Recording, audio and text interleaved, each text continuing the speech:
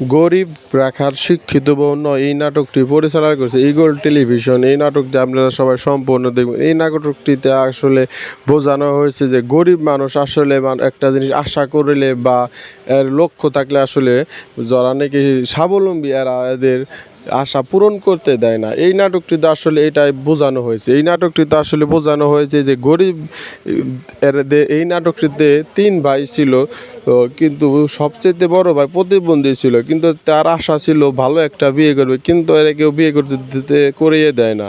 কিন্তু অতঃপর তার মা একটা জোর করে একটা এতিমখানার একটা মেয়েকে বিয়ে করে দেয়, কিন্তু সেই মেয়েটি ভালো পড়াশোনা করতো, সে ডাক্তার হইতে চাইতো, কিন্তু আসলে ভাইরা তাকে পড়াশোনা করানোর জন্য দিত না, যাতে ডাক্তার না হতে পারে। এই কারণে তারা প্রচেষ্টা করতো, কিন্তু এক সময় সে মুচির কাজ করে টাকা উপার্জন করে পায়ের ঘাম মাটিতে ফেলে তাকে ডাক্তার বানানোর প্রচেষ্টায় থাকে, কিন্তু ভাইরা অতঃপর তাকে মেরে ধরে বাড়ি থেকে বের করে দেয়। কিন্তু সে চেষ্টার ত্রুটি রাখেনি, সে ঢাকায় গিয়ে শহরে গিয়ে সে কাজ কাম করে এক সময় সে ভালো টাকা পয়সা ইনকাম করে বউকেটায় ডাক্তার বানিয়ে ফেলে। কিন্তু অতঃপর এক সময় দেখা যায় সে দুর্ভাগ্যবশত সেই ভাই তার কাছে গিয়েছে চিকিৎসার জন্য, কিন্তু অতঃপর সেই ভাই তাকে ফেলেনি।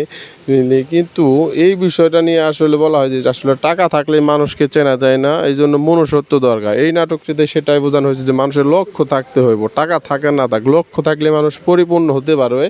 এই নাটকতে এটাই বোঝানো হয়েছে। এই কারণে আপনারা সম্পূর্ণ এই নাটকগুলি দেখবেন, আসলে দেখলেই বুঝতে পারবেন যে আসলে কত সুন্দর করে আসলে নাটকগুলি বানানো হয়েছে।